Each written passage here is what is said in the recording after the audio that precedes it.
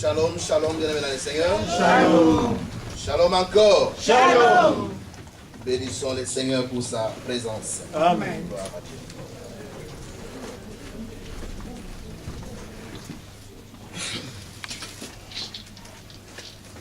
Nous venons d'un grand événement, donc toute la famille de notre sœur Gracieuse n'est pas là ce matin.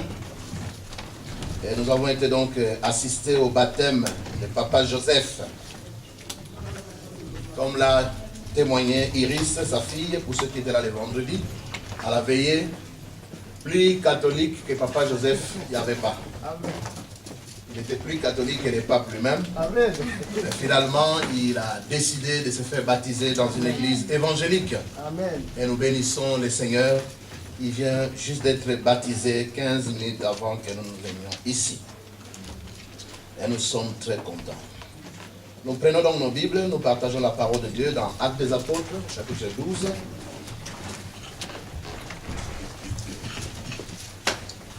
Actes des Apôtres, chapitre 12. Nous bénissons aussi le Seigneur pour notre veillée de prière. Nous étions là le vendredi soir comme annoncé. Et ceux qui étaient là peuvent témoigner. Je pense que c'est parmi les veillées les plus réussies de notre église. Amen.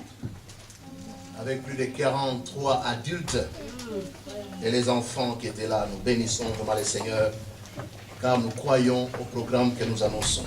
Quand nous annonçons un programme, nous croyons. Et nous sommes impliqués. Nous lisons dans le livre des Actes des Apôtres. Et c'est les textes de base que nous avions donc donné à l'église pour nous préparer à la veillée des prières. C'est l'arrestation et la libération de Pierre. En ces temps-là, le roi Hérode s'attaqua à certains croyants et fit tuer l'apôtre Jacques, le frère de Jean. Voyant la grande satisfaction des chefs juifs, une fille arrêtait Pierre pendant la fête de la Pâque juive, l'emprisonna et les plaça sous la garde de 16 soldats. Hérode avait l'intention de livrer Pierre aux Juifs sitôt la Pâque terminée, pour les faire exécuter. Mais tout le temps qu'il fut en prison, la communauté ou l'Église ne cessa de faire monter vers Dieu d'ardentes prières pour sa sauvegarde.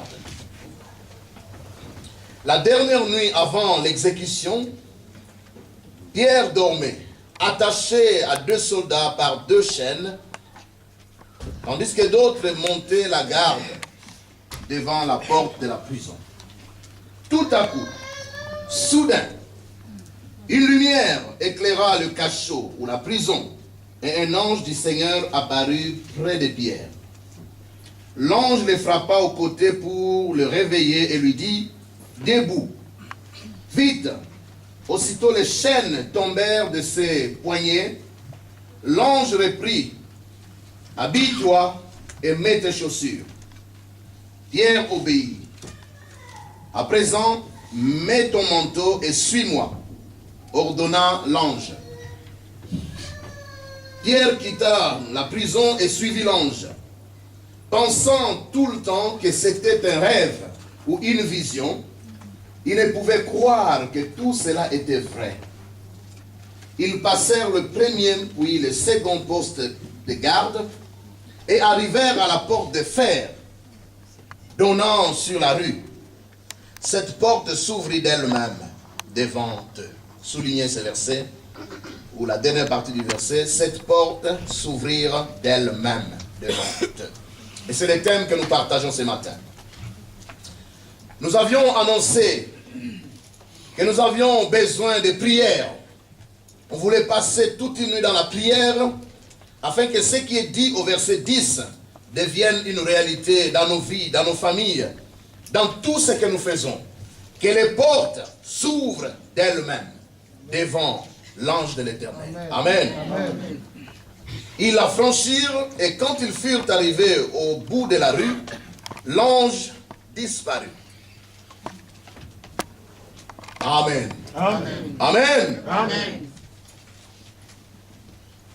Ce week-end a été quand même un week-end très chargé, pour ceux qui ne le savent pas. Depuis les samedis,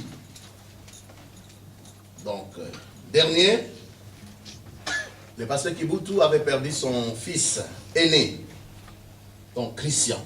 Il est mort, pas donc le samedi d'hier, mais il y a une semaine, et il a été enterré hier. Nous étions là toute la semaine. Depuis le dimanche, quand la nouvelle est arrivée, chaque soir, je se retrouvais à l'église internationale, de 19h à 22h, entourant le pasteur Kibutu, sa femme et ses enfants, mais aussi toute la famille, pour leur apporter la consolation nécessaire. Et donc, hier, c'était l'enterrement, nous étions là. Après notre veillée, on a terminé vers 5h30, le temps d'arriver à la maison. À 9h, nous étions déjà dans la salle pour accueillir les corps, et puis le service a eu lieu.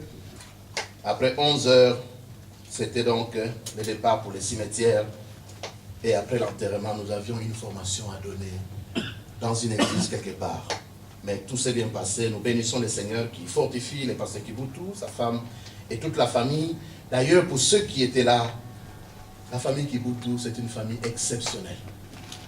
Une famille bénie et une famille qui inspire vraiment un modèle de force, de courage. Et nous allons continuer à prier pour que Dieu bénisse Papa Kibutu, Maman Emily et tous les enfants, mais aussi toute la famille Mindana et la famille Kibutu. En ce temps-là, le roi Hérode s'attaqua à certains croyants et fit tuer l'apôtre Jacques, le frère de Jean. Voyant la grande satisfaction des Juifs, Hérode fit arrêter Pierre pendant la fête de Pâques, l'emprisonna et le plaça sous la garde de 16 soldats. Comme partagé à notre veillée de prière, alors que Dieu a un plan merveilleux pour votre vie, un plan de bonheur et non de malheur, mais sachez que dans votre vie aussi, il y a ceux qu'on appelle des Hérodes, des gens qui sont là pour s'attaquer à vous, des gens qui sont là, qui pour plaire aux autres. Hérode voulait plaire aux Juifs en maltraitant les croyants, en exécutant les responsables de l'Église. Et cela plaisait à beaucoup de Juifs. Vous savez, souvent nous péchons par naïveté. On est tellement naïf, on croit que tout le monde est gentil comme toi. On ouvre toutes les portes. On ouvre son cœur à tout le monde parce qu'on croit que tout le monde est gentil. Mais tout le monde n'est pas gentil. Amen. Il y a des gens qui sont méchants. Et Hérode fait partie de ces méchants qui s'attaquent aux croyants. Mais ce qui est curieux, c'est que Hérode, c'est un païen. Hérode, c'est un politicien. Mais les chefs juifs, ce sont des religieux qui sont censés enseigner l'amour de Dieu, qui sont censés vivre l'amour de Dieu. Pourquoi ces chefs religieux sont-ils contents quand Hérode maltraite les croyants? C'est la méchanceté du cœur. La Bible dit que tu auras pour ennemis les gens de ta propre maison. Nous sommes tellement naïfs. Nous, dans notre expérience, mon épouse et moi, on a connu des moments difficiles.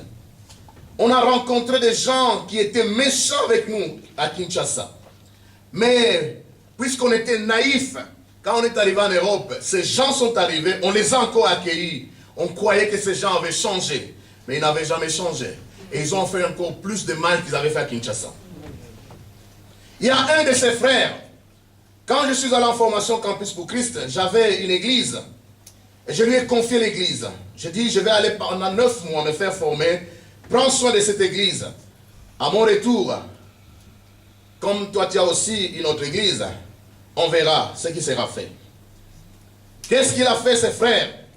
À mon absence, il a changé tous les règlements de l'église, poussant les responsables à voter des lois comme ses frères qui est parti en formation, quand il revient, sa place n'est plus ici. Et donc, quand je suis revenu, il y a des responsables qui n'étaient pas d'accord avec lui, ils l'ont chassé. Et puis quelques années plus tard, je suis arrivé en Europe. Ses frères faisaient le tour de tous les pays africains pour arriver en Europe, comme on dit, Batoba Kanamakolo. Et finalement, à pied, il est arrivé en Europe. Naïfs que nous étions, mon épouse et moi. Nous l'avons même aidé au loin, lui envoyant de l'argent pour qu'il arrive jusqu'en Belgique. Et puis il est arrivé. Il a fait encore du mal, plus qu'avant. À l'époque, nous avions perdu beaucoup de jeunes sœurs à cause de ses frères. Puisqu'il était célibataire, il tombait sur chaque sœur qui arrive à l'église. Et puis encore, puisqu'on croit que tout le monde est gentil, non, il y a des juifs qui sont méchants. Les juifs, en principe, sont des croyants qui devaient enseigner l'amour, qui devaient enseigner comment vivre l'amour, pratiquer ce que la Bible dit.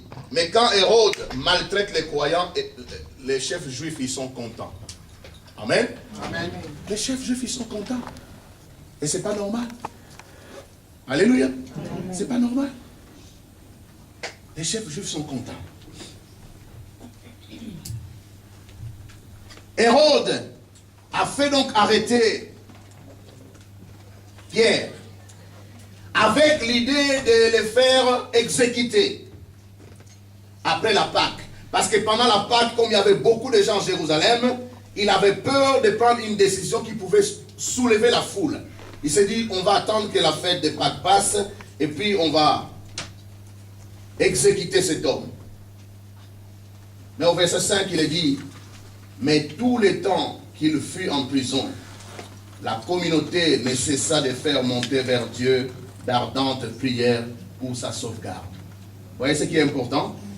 Pendant que Pierre est en prison, qu'est-ce que le reste des frères et des sœurs sont en train de faire? Ils sont en train de prier pour lui, afin que Dieu les protège, afin que Dieu les garde, pour qu'ils ne tombent pas entre les mains des méchants. Et Dieu, il est dit au verset 6, la dernière nuit avant l'exécution, Pierre dormait attaché à 2 soldats par 2 chaînes, tandis que d'autres montaient la garde. Amen. Amen. Frères, sœurs, tant que nous n'allons pas nous rendre compte que le diable a aussi ses serviteurs, qui sont là pour nuire, pour détruire, nous ne serons jamais éveillés. Pierre se retrouve en prison non pas parce qu'il a volé, mais tout simplement parce qu'il enseigne la parole de Dieu. Et un plan est déjà monté contre lui. Il va être exécuté juste après la Pâque. Mais le verset 6, comme nous l'avions partagé à notre veille de prière, nous devons tous prier afin que Dieu nous fasse grâce et que nous ayons la paix que Pierre avait. Regardez, Pierre est gardé par 16 soldats. Quand Pierre dort, on l'attache à 2 soldats. Pendant que 14 autres soldats montent la garde, il est attaché à 2 soldats pour qu'il ne s'échappe pas. Posez-vous la question, est-ce que Pierre était armé? Non. Pierre était armé? Non. Est-ce que Pierre avait une armée? Non. Est-ce que Pierre faisait partie d'Al-Qaïda? Non. Non. Mais il représentait un danger pour les royaumes des ténèbres. Frères, sœurs, vous qui avez reçu Jésus comme Seigneur et Sauveur, vous qui avez reçu la lumière de Dieu, sachez qu'en vous réside quelque chose qui fait trembler l'ennemi, le diable. Et chaque fois que le diable vous regarde, il vous considère comme un danger permanent. Parce que par vous, d'autres prisonniers peuvent s'échapper de la prison de Satan. Est-ce que vous me comprenez? Amen. Tous ceux qui ne connaissent pas encore le Seigneur Jésus comme Seigneur et Sauveur de leur vie, ils sont comme dans une prison. Et vous représentez un danger parce que par vous, l'évangile peut sortir ces gens-là de leur prison. Et c'est comme ça que le diable vous considère comme un danger permanent. Et il vous fait surveiller par 16 démons qui sont là. Mais gloire à notre Dieu. Amen. Vous savez, la Bible nous dit, ne vous inquiétez de rien. Amen. Mais en toutes choses, faites connaître vos besoins à Dieu. Amen. Par des prières, des supplications, avec des actions de grâce. Et la Bible ajoute, et la paix de Dieu, qui surpasse toute intelligence, gardera vos cœurs et vos pensées en Jésus. Comment peut-on dormir alors qu'on sait que demain on passe par la chaise électrique? Est-ce que vos limousines, est-ce que vos maisons à Rhodes Saint-Genèse peuvent vous donner la paix au point de dormir alors que le lendemain vous allez passer par la chaise électrique? C'est possible? Non. Frères, sœurs, il y a quelque chose de caché. Quand on a une relation profonde avec Dieu, quand on sait que Jésus est ma vie, mourir devient comme un gain. Alléluia. Amen. Comment, Pierre, fais-tu pour dormir à un jour de ton exécution? C'est-à-dire que tu dors, c'est la dernière nuit. Le lendemain, tu vas passer par la chaise électrique, mais tu dors, tu ronfles. C'est sûr que les policiers qui les gardaient étaient étonnés. Alléluia. Amen. Vous êtes libre à la cité. Vous avez une chambre bien meublée, avec écran plasma dans votre chambre, mais vous n'avez pas sommeil. Celui qui est en prison, enchaîné avec 2 soldats, il dort paisiblement alors qu'il va être exécuté le lendemain. Nous devons rechercher cette paix-là. Nous sommes troublés pour des petites choses. Pour une facture impayée, on ne dort plus. On boude tout le temps. Vous savez, parmi les choses que moi je n'aime pas, j'aime bien quelqu'un qui parle à haute voix. Mais quand quelqu'un boude, on n'entend pas ce qu'il dit. Ça me révolte, ça m'énerve. Et c'est ce que nous sommes devant Dieu. Les femmes sont comme ça souvent. Et il dit quelque chose que tu n'entends pas. N'est-ce pas? Bon, les femmes ont dit non, les hommes sont comme ça. Quand les hommes ne veulent pas que les femmes entendent ce qu'ils disent, non, les hommes n'écoutent pas, ils disent à autre chose. Mais ne soyons pas comme ça. Je ne parle pas de nos sœurs. Heureusement, je dis les femmes. Vous êtes nos sœurs. Vous êtes différents parce que vous avez rencontré Jésus. Alléluia. Au lieu de parler à haute voix, on boude. C'est sûr que ces policiers, quand ils le regardaient, les deux là qui sont attachés avec lui, ils disent, mais comment cet homme fait-il pour ronfler alors qu'il meurt demain? C'est pourquoi un homme a composé un chant, il a dit, un chrétien je croyais être, mais j'ignorais le bonheur. Oh, la paix que Jésus donne, je ne la connaissais pas. Beaucoup de gens sont chrétiens, mais ils ne connaissent pas la paix que Jésus donne. Parce qu'aller à l'église ne suffit pas. Posséder une Bible dans son armoire ne suffit pas. Être né d'une famille chrétienne ne suffit pas. Nous devons avoir une relation profonde avec Jésus.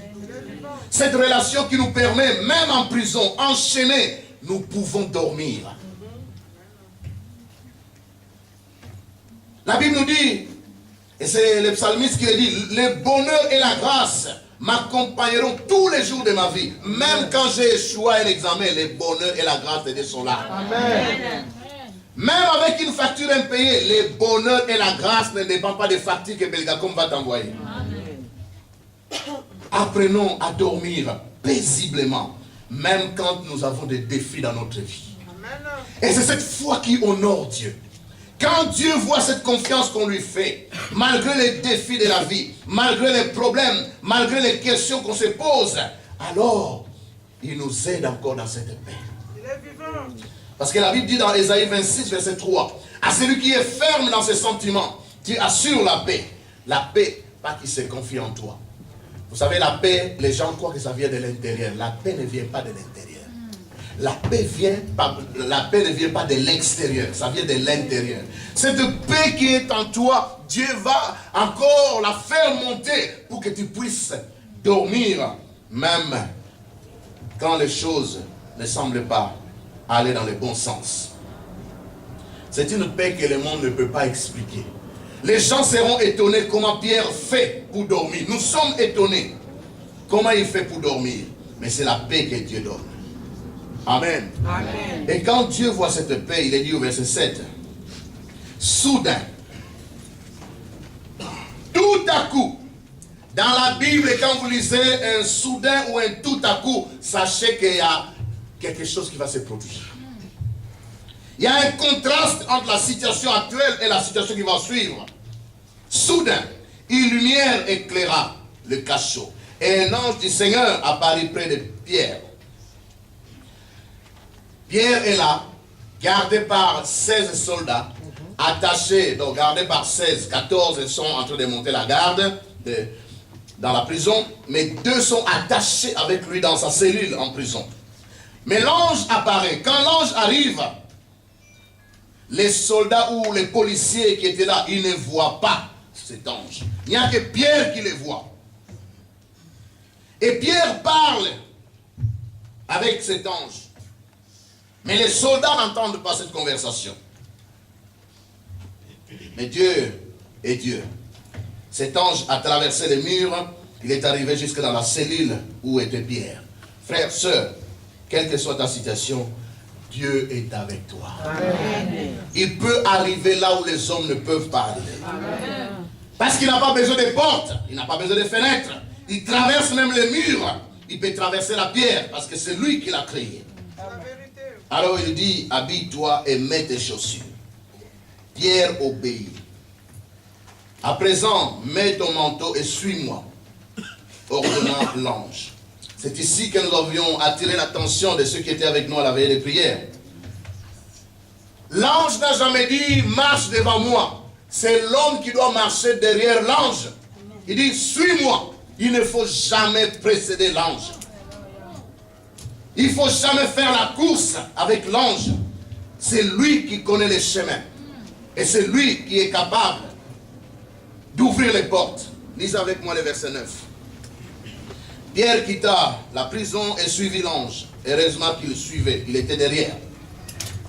Pensant tout le temps que c'était un rêve ou une vision, il ne pouvait croire que tout cela était vrai. Quand l'Éternel ramena les captifs de Sion, les enfants d'Israël disaient, nous étions comme ceux qui font un rêve. Frères, sœurs, nous avons des problèmes, nous avons des difficultés, nous avons des défis dans la vie. Mais parfois quand Dieu nous apporte la solution, nous sommes comme ceux qui font un rêve. Mon épouse et moi, nous étions étudiants. Et puis, on arrive en 99, payer les loyers devenait de plus en plus difficile. Alors, notre propriétaire à l'époque était policier. Il travaille à la commune de Jette. Quand on arrive à la fin du mois, c'est lui qui vient à la porte. Mon loyer, hein? Mon loyer. Je dis, on va te payer. Mais oui, mais si vous avez des difficultés, moi je peux vous amener à la CPS. C'est lui-même qui nous propose de nous amener à la CPS à Jette pour qu'on puisse nous faire des démarches et qu'on nous donne l'aide sociale afin de payer régulièrement son loyer. On lui dit, non, nous on ne peut pas faire ça. On a une attestation de prise en charge. Si on va demander de l'aide à la commune, nous allons causer des problèmes à la personne qui nous a pris en charge. On préfère souffrir, mais jamais on ira chercher l'aide à la CPS. Alors il dit, ok, puisque vous avez la foi à votre Dieu, mais moi j'ai mon loyer. Et c'était comme ça. Et puisqu'il voyait qu'on payait difficilement les loyers, il dit, ok, de toutes les façons, on arrive à la fin de l'année, je ne vais pas renouveler votre contrat. Donc vous devez chercher un appartement ailleurs. Ok. Chaque mois qui passait, nous approchait de ces grands défis. Alors, en tant qu'humain, quand je regardais ma femme, parce que les enfants n'étaient pas encore là, Christina n'était pas encore née, Rachel et Rebecca étaient encore à Kinshasa. Je dis, mais qu'est-ce que j'ai fait? J'étais bien à Kinshasa. Tu as tes chauffeurs, tu as tes domestiques à la maison. Et puis tu viens en Europe ici, c'est comme si tu recommençais toute la vie à zéro. Parfois dans ton petit coin, tu te dis, qu'est-ce que j'ai fait? Est-ce que ça valait la peine de venir faire cette théologie ici et payer ce prix-là? Mais la Bible nous dit, ne crains rien. Amen. Je viens à ton secours et je te soutiens de ma droite triomphante. J'ai travaillé quelque part. C'était juste un job pour étudiants où je devais travailler. Bon, la personne parfois te disait tu travailles de 19h à 23h. Et j'étais là. Un jour, une dame a débarqué. Elle me regarde. Moi, je ne savais pas. Elle me regardait. Elle est venue une deuxième fois, une troisième fois. Et puis un jour, cette dame me dit, est-ce que cette entreprise t'appartient? Moi, je dis, je n'ai même pas de quoi payer mon loyer. Comment je vais monter une société? C'est pas à moi. Alors cette personne me dit, mais qu'est-ce qu'il faut pour avoir une société comme ça? Moi, je dis, mais il faut beaucoup d'argent. Alors la personne me dit, mais réfléchis. Elle est partie. Je suis resté, il y a des gens qui créent des problèmes aux autres. Hein? Va seulement tranquillement là-bas. Laisse-moi. Alors elle est partie. 3 mois après, cette personne est revenue. Alors, est-ce que tu as réfléchi à ce que je t'avais demandé? J'ai eu honte. Il dit oui. Alors qu'est-ce qu'on fait? J'ai dit ok, je vis un rez-de-chaussée à louer. Donc demain, j'irai me renseigner et puis je vais te dire quoi. Ok, dis-moi ce qu'il faut faire. Alors ça commence à être serré, je commence à croire un peu. En plus, cette nuit-là, parce que quand j'ai terminé vers 23h, je devais faire la caisse, la comptabilité et puis laisser les rapports pour la patronne. Et elle a attendu jusqu'à la fin. On est resté, j'ai fait la caisse, j'ai fait les rapports. Et puis, à pied, comme c'était dans les quartiers, on rentre. Elle veut voir où j'habite. Moi, je dis, et on y va. Madame est à la maison, elle m'attendait. On arrive, on fait du thé, on commence à partager. Et pendant qu'on parlait, elle se rend compte que notre loyer n'était pas encore payé. Pour ce mois-là. Alors cette personne dit à ma femme et moi, ok, est-ce que tu peux descendre avec moi? Je vais te donner l'argent pour que tu payes d'abord les loyers de la maison. Comme ça. Et ce n'est pas une africaine, hein, c'est une blanche. Blanche. Bébé. Après avoir partagé, je descends avec elle, on va à la banque, elle retire de l'argent, elle me donne 13 500 francs belges à l'époque, c'était notre loyer. Et très tôt matin, je suis allé sonner à la porte du policier. Alléluia. Ah, là, tu es vraiment homme. Hein? Vous savez, être pauvre, ça diminue. Hein? C'est jamais être pauvre. Jamais. Alors, on était déjà, je pense, fin juillet, au mois d'août. Fin juin. Fin juillet, on doit libérer l'appartement. Quand je lui paye l'argent, je dis, mais à la fin du mois, il faut... Donc, il n'y a plus de contrôle. Je dis, oh, t'en fais quand? Et le lendemain matin, donc, j'étais visiter un rez-de-chaussée. Ce n'était pas seulement un rez-de-chaussée, mais c'était tout un immeuble. C'est-à-dire, on pouvait faire le commerce au rez-de-chaussée et nous, on occupait le reste de l'immeuble. Ce que je vous dis, les frères Gidé là, ils connaissent. Et assez Claudine aussi, je pense. Alors, j'appelle le propriétaire de cet immeuble. Je dis, ok, c'est pour louer ton immeuble ici. Qu'est-ce qu'il faut? Ils me disent l'équivalent de 500 € pour tout l'immeuble. Je ne sais pas si vous imaginez. C'était l'équivalent de 500 €. Oui. C'était l'équivalent de 500 € pour tout l'immeuble. J'ai 25 000 francs, ça faisait combien? 600? Ok, dans les 625, voilà, 625. Ce n'est pas les rez-de-chaussée seulement, commercial, mais aussi les premiers niveaux et les deuxièmes niveaux. Alors j'appelle les corbeaux que Dieu avait envoyés. J'ai trouvé les rez-de-chaussée. Il me faut 2 mois de garantie, plus 1 mois de loyer anticipatif, donc ça faisait 75 000 francs. Je dis, viens vite. Elle me donne un bout de papier comme ça. Elle écrit seulement, elle dit, va à telle banque. J'arrive là, je donne à la caissière. La caissière sans poser même une question. 75 000 francs belges. Et je reviens. Les propriétaires arrivent, on signe les contrats. On a libéré l'appartement de ces policiers-là 2 semaines avant l'échéance. Alléluia. Amen. Et un jour, ces policiers passaient. Ils nous voient devant notre commerce. Il n'a pas pu poser des questions.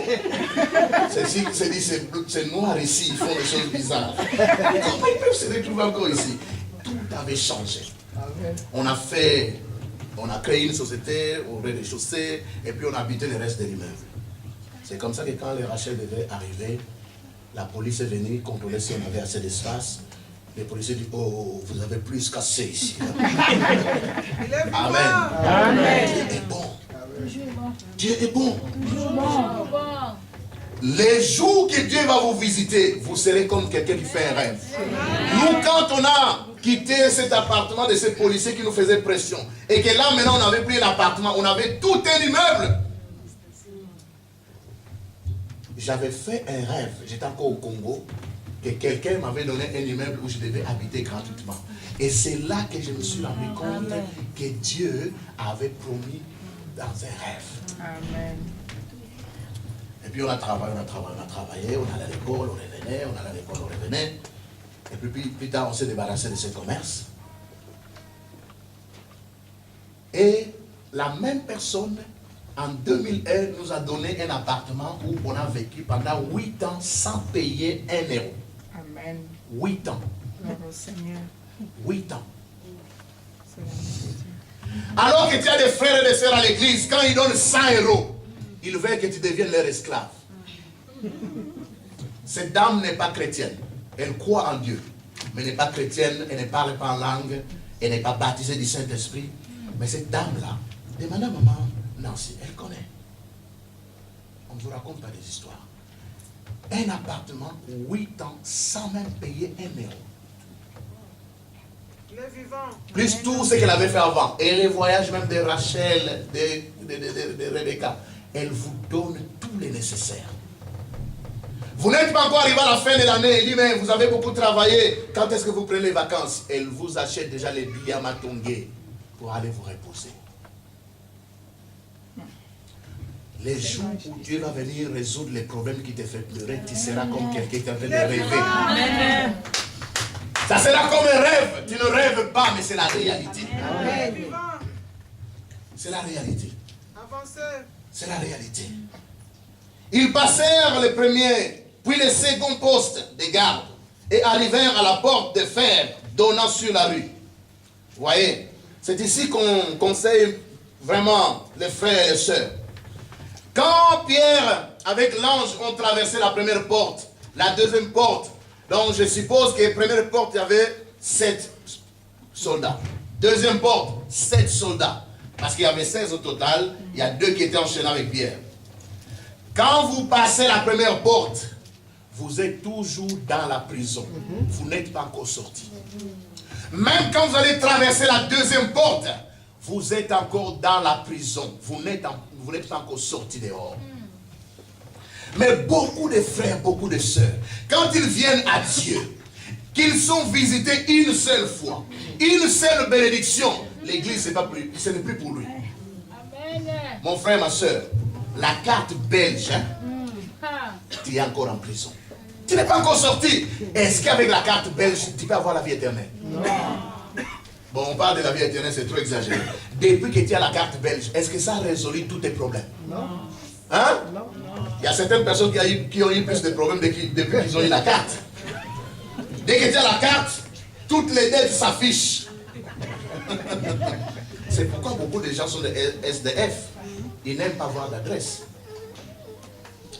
Dès que tu as, surtout les gens qui viennent du Congo, tu es venu à pied. Petit à petit, tu es arrivé. Par la grâce de Dieu, tu es quand même arrivé. Avant de venir, tu dis, Seigneur, si tu me donnes le visa, je vais devenir prophétesse. On ne peut pas devenir prophétesse, c'est Dieu qui donne les dons. Mais pour escroquer Dieu, tu as dit, je vais devenir prophétesse. Dieu, dans sa grâce, il savait que tu mentais, mais il a quand même donné. Et puis quand tu arrives, on te donne la carte orange. Pour toi, tu croyais que c'était tout. Mais cette carte-là, on l'appelle Maya bougie. Toi, tu ne savais pas que ça s'éteint. C'est comme, vous voyez, quand vous avez une bougie, il y a ces liquides-là qui font petit à petit, puis la bougie disparaît. Cette carte orange-là, elle disparaît souvent. Mais dès qu'on a eu cette petite carte, je suis en France, pasteur, je suis en France. Les week-ends, je suis en Italie. Entre temps, la bougie est en train de fondre. Mais quand la bougie va s'éteindre, là maintenant, pasteur, je ne comprends pas. J'ai trop d'attaques, il n'y a pas d'attaque. C'est fait comme ça. Il n'y a pas d'attaque. Il n'y a même pas de démon. Cette carte doit s'éteindre, c'est fait comme ça. C'est la vérité. Quand les gens gagnent au loto, jamais ils viennent chez les pasteurs. Mais quand ils ont été volés, escroqués, là ils viennent pleurer.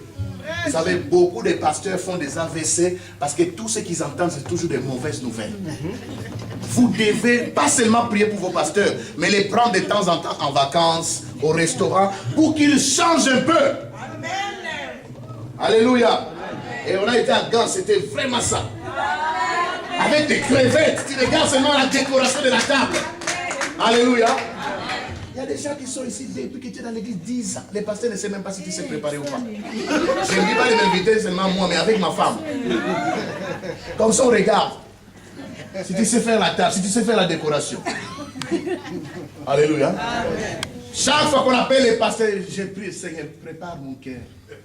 Garde mon cœur, Seigneur. Soutiens mes nerfs, parce que c'est un peu de je vous dis la vérité. Je ne vous mens pas, c'est comme ça. C'est encore de mauvaises nouvelles, Seigneur. Moussouza Koufeli, c'est encore un cas de décès, Seigneur. Protège mon cœur, garde mes nerfs, Seigneur. Oh, Seigneur, je ne veux pas que les nerfs puissent se péter. Protège-moi. Parce qu'il n'y a que de mauvaises nouvelles.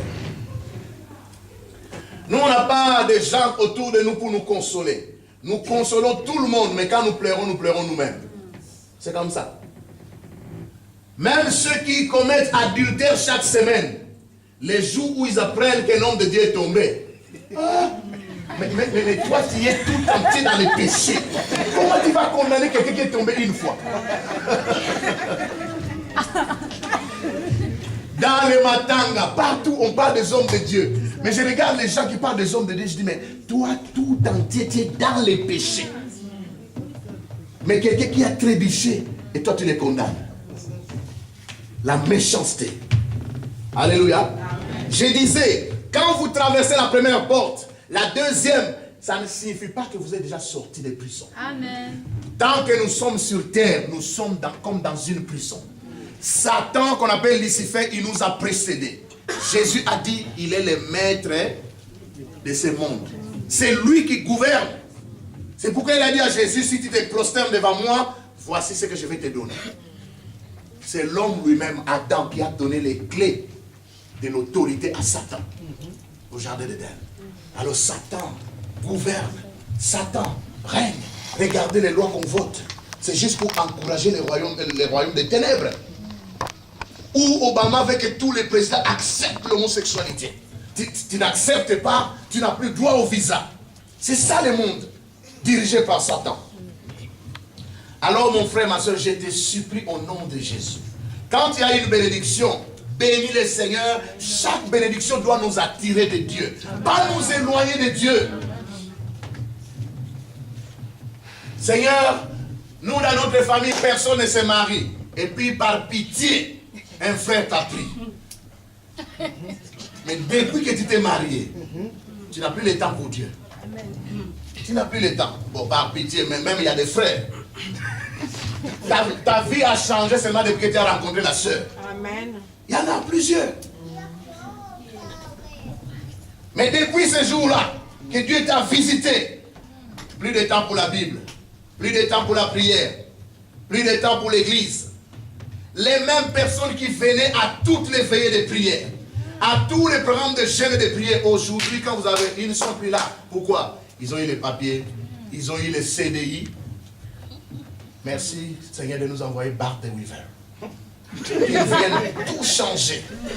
Merci, Seigneur.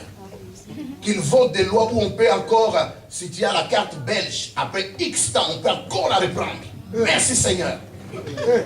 Comme ça, les gens vont comprendre que tout ce que nous avons sur terre est éphémère.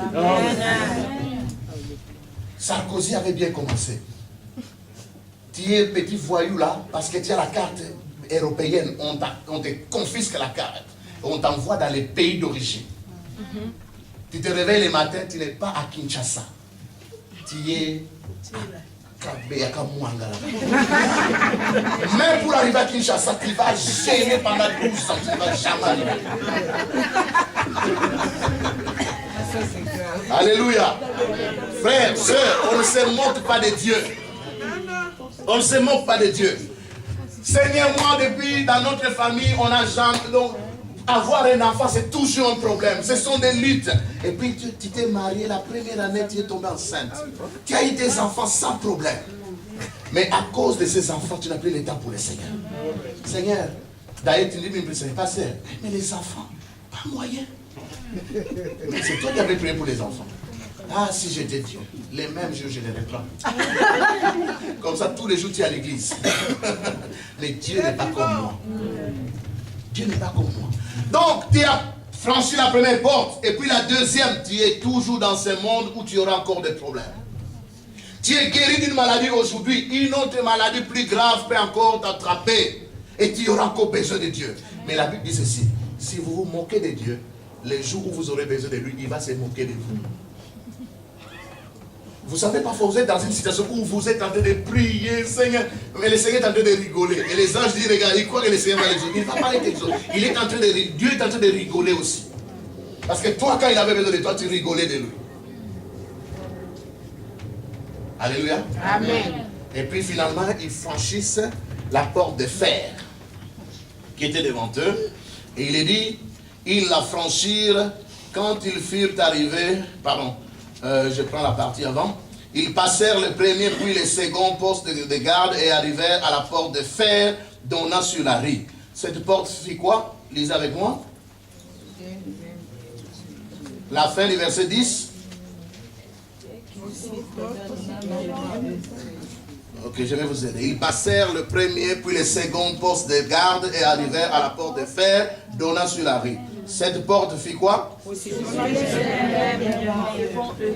Ok.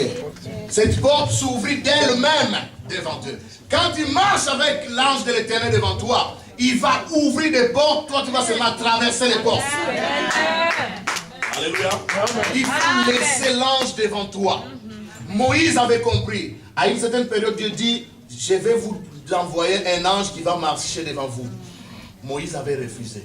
Il dit, Seigneur, si tu ne marches pas devant nous, nous on ne va pas bouger d'ici. Donc, nous avons besoin de Dieu. Rien ne peut remplacer Dieu. L'ange de l'Éternel, quand c'est Dieu qui les mandate, il est là pour ouvrir les portes.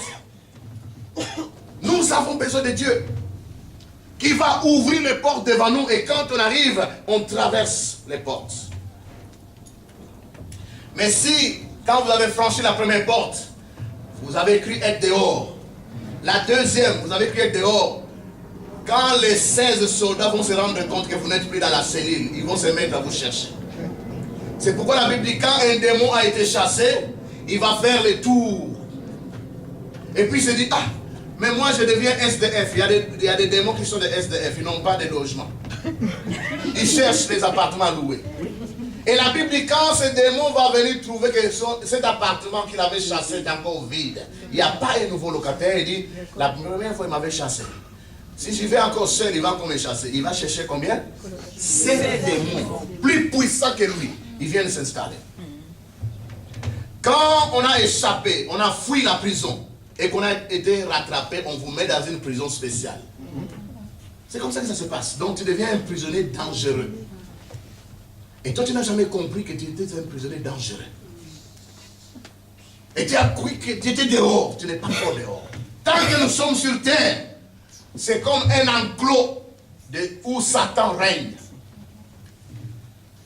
À tout moment, si nous ne marchons pas avec l'Éternel, il peut nous rattraper. Mais heureusement pour Pierre, l'ange était devant et puis il est sorti. Quand il est arrivé dehors, l'ange est parti, comme Joséphine. Quand Joséphine arrive à la fin de sa mission, elle fait quoi? Elle disparaît. Mission accomplie, n'est-ce pas? Il dit maintenant, c'est à toi de continuer. C'est à toi de continuer. J'aime Joséphine. Elle a des solutions à ton problème. Ah, Joséphine ne rate pas. Même en quelques secondes, elle peut nettoyer tout un appartement. Alléluia. Amen. Et Jésus est plus que Joséphine. Amen. Alors cet homme se rend compte qu'il est dehors. Et il dit, ah, frère, soeur, dans ta situation actuelle, Dieu va te visiter. Amen. Et quand il va te visiter, tu seras comme quelqu'un qui est en train de rêver. Mais quand tu vas palper, tu touches, tu dis au voisin qui est à côté, essaie de me pincer pour voir si je ne dors pas. Il va te pincer, il dit, oui, Mercedes, je s'appelle Dario. Amen. Alléluia. Amen. Cet enfant, c'est ton enfant. Cette maison, c'est ta maison. Ce n'est plus un rêve. Oh, tu es vraiment au ciel. Est-ce que je suis vraiment? Tu es vraiment au ciel. Regardez, Pierre, il est là. Et Paul, il est juste au bout là-bas. Tu es déjà au ciel. Alléluia. Amen. Alors avec des larmes de reconnaissance, on va dire, ah Seigneur, merci. Merci Seigneur. Merci Seigneur. Merci Seigneur. Alors quand Pierre sort, qu'est-ce qu'il fait en premier? Il ne va pas récupérer les temps perdus au restaurant, je ne sais pas où. Il se dirige où? Vers ses frères. Verset 11. C'est alors seulement que Pierre comprit ce qui lui arrivait. C'est bien vrai, se dit-il. Le Seigneur m'a envoyé son ange. Il m'a délivré de la main de qui? D'Hérode et du sort cruel que les Juifs me réservaient. Donc Satan et tous ceux qui sont méchants, ils ont un plan, ils ont un complot. Mais heureusement que notre Dieu détourne toujours le complot de Satan. Alors verset 12. Il réfléchit un instant, puis se dirigea vers la maison de Marie, la mère de Jean surnommé Marc, où de nombreux croyants étaient réunis. Pourquoi? Pour prier. Il priait pour Pierre afin que Dieu les délivre. Quand nous avons des frères qui sont malades, nous devons prier pour que Dieu les guérisse. Voilà pourquoi nous faisons des veillées de prière. Voilà pourquoi nous avons des jeûnes et des prières. Mais quand les gens sont en bonne santé, ils oublient ceux qui sont malades. Quand les gens sont bénis, ils oublient qu'il y a des gens qui ne sont pas encore entrés dans leur héritage. Toi, quand tu n'avais pas de papiers, il y a des gens qui ont jeûné, prié pour que tu aies des papiers. Sache qu'il y a d'autres qui n'en ont pas encore. Tu dois venir prier aussi pour eux. Parce que l'égoïsme, c'est l'ennemi qui détruit nos églises. Quand on avait des problèmes, d'autres personnes, même qui ne sont plus là, qui sont déjà partis, ils ont prié pour toi. Mais quand toi, tu as vu que tout était bien autour de toi, tu as oublié qu'il y a des gens aussi qui sont dans les difficultés. Pendant que Pierre était en prison, les gens étaient en train de prier pour lui. Prions pour les malades. Prions pour ceux qui sont dans les problèmes. Prions pour les célibataires qui veulent se marier.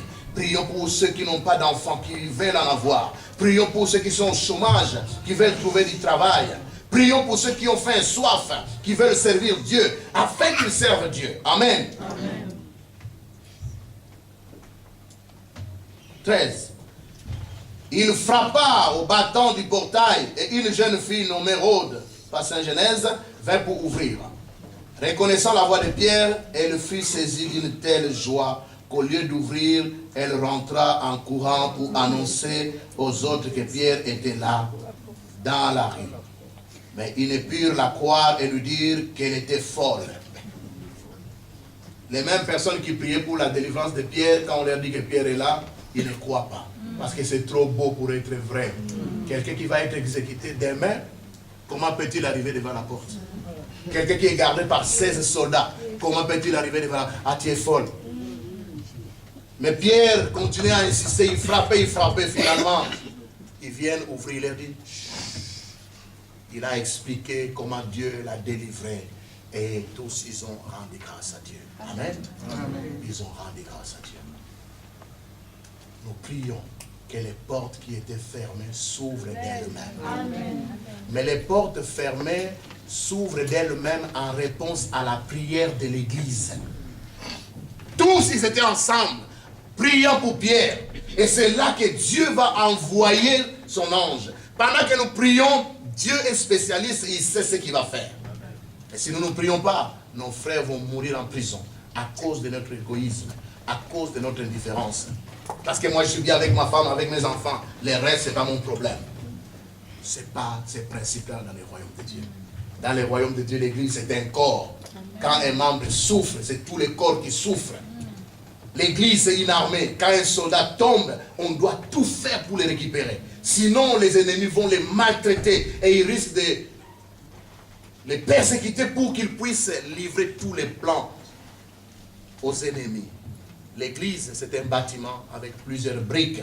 Chaque brique a sa place et chaque brique est importante. Amen. Amen. Les portes s'ouvrirent d'elles-mêmes en réponse à la prière de l'église. Voulez-vous faire partie de cette armée qui était là le vendredi? Quand il y a une sainte convocation, on va prier. Peut-être que moi, je n'ai pas de problème. Mais je me dis, il y a des gens qui sont dans les besoins. Je veux aller prier. Et c'est ce qu'on appelle intercession. Parce qu'intercéder, c'est prier pour les autres. Compatir avec les autres. Souffrir avec les autres. Et ça nous délivre de tout égoïsme. Tout n'est pas moi. Tout n'est pas centré sur moi. Même si je suis en bonne santé, et c'est pour qu'il y ait un frère qui sont malades, je veux aller prier pour lui. Amen. Amen. Nous allons nous lever pour prier.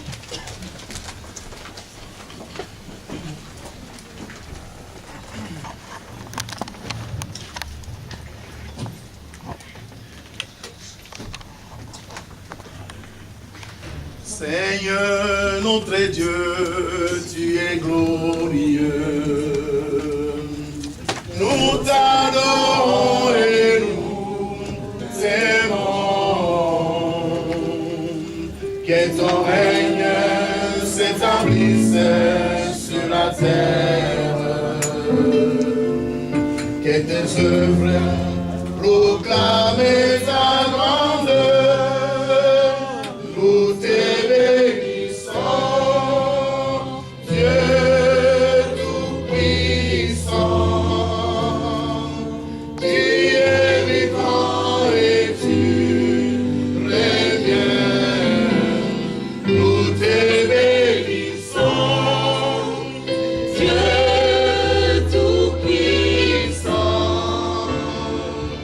Ton règne est éternel. Seigneur, notre Dieu, tu es glorieux. Nous t'adorons et nous t'aimons. Que ton règne s'établisse sur la terre. Que tes œuvres proclament ta grandeur. Nous te bénissons, Dieu tout-puissant. Tu es vivant et tu reviens. Nous te bénissons, Dieu tout-puissant. Ton règne est éternel. Et c'est évidemment, oh God Almighty,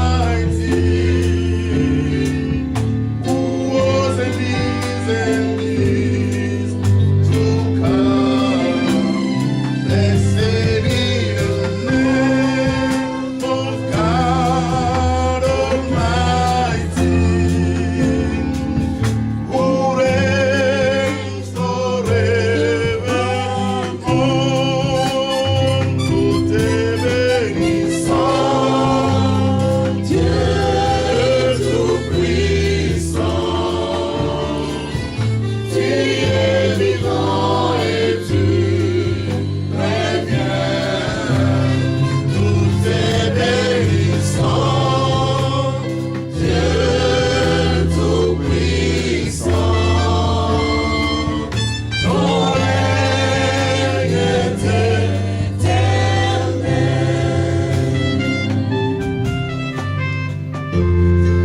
Frères, sœurs, quand tu regardes la situation de ta vie, tu te dis, je suis comme Pierre, c'est comme si j'étais en prison. Rien ne bouge, rien ne change. Année après année, mois après mois, c'est toujours la même chose. Mais je veux que Dieu m'envoie son ange pour me libérer de toute cette situation qui me bloque, où je ne sais pas bouger. Je suis comme enchaîné, comme dans une prison, rien ne change. Si tu as ces cris de désespoir ce matin, avance et l'église va prier pour toi. Comme ces frères, ces sœurs qui étaient en train de prier pour Pierre, l'église va prier pour toi. Avance maintenant. Et Dieu va te visiter. Dieu va t'envoyer son ange qui va briser les chaînes, qui va ouvrir les portes. Et tu seras comme quelqu'un qui fait un rêve. Rien n'est impossible à notre Dieu. Avance et Dieu va encore te surprendre. Alléluia. Nous te bénissons, Dieu tout-puissant. Tu es vivant et tu reviens. Nous te bénissons, Dieu tout-puissant. Ton règne est éternel. Ce matin, tu veux peut-être demander pardon à Dieu Parce qu'il t'a visité, il t'a béni. Tu avais franchi la première porte et tu l'avais oublié.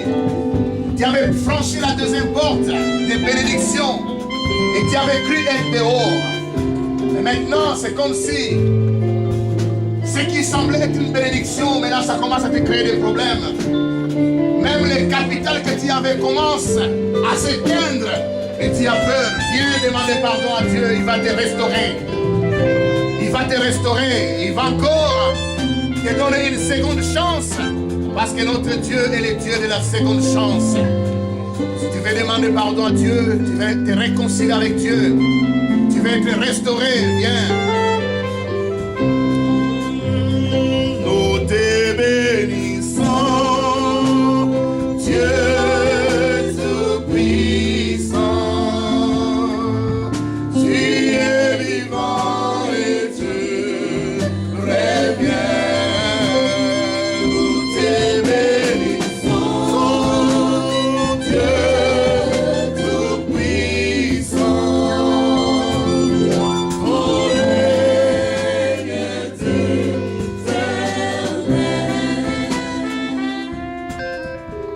Seigneur notre Dieu, nous levons tous nos mains, nous tendons nos mains vers nos bien-aimés. Faisons comme ces gens qui étaient dans la maison de Marie, qui priaient pour Pierre. Prions maintenant pour nos frères, pour que Dieu les libère de toute forme de prison, de toute forme de chaîne, dans les domaines de la santé, dans les domaines financiers, au niveau de leur famille, au niveau sentimental, émotionnel, physique, spirituel, que Dieu puisse libérer de toute forme de prison. Au nom de Jésus, au nom de Jésus, nous nous lèvons comme un seul homme et nous te disons à toi, Hérode, qui maltraite nos frères, à toi, Hérode, avec les faux juifs, qui vous en prenez à nos frères, à nos sœurs, en les maltraitant. Maintenant, Hérode, je t'ordonne de libérer ces lieux, de libérer leur vie et de libérer leur famille au nom de Jésus. Oh Hérode et les faux juifs, vous n'avez aucune place, aucun pouvoir, aucune autorité. Je proclame les bien-aimés comme étant une propriété privée, rachetée par le sang de Jésus. Hérode, ôte tes mains. Aux juifs, ôtez vos mains. Satan, avec tes dominations, tes principautés, tes autorités, je vous ordonne maintenant de libérer les territoires, de libérer nos frères,